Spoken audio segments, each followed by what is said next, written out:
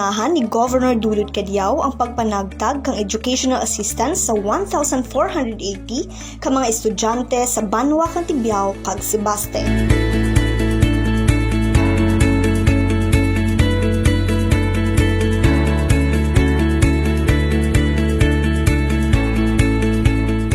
Nagapati ako na dapat kamo sa edad ninyo dapat tuguan ang tsansa na mag-kolehiyo.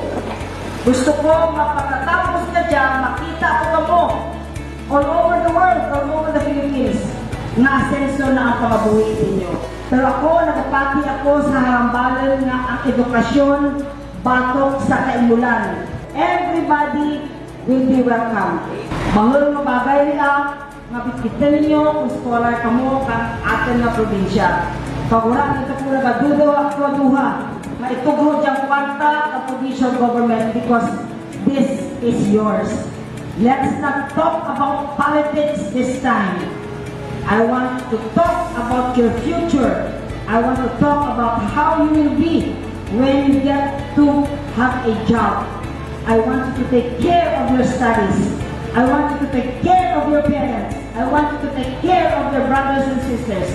And you will never be able to do that unless you get a good education so that you get a good job.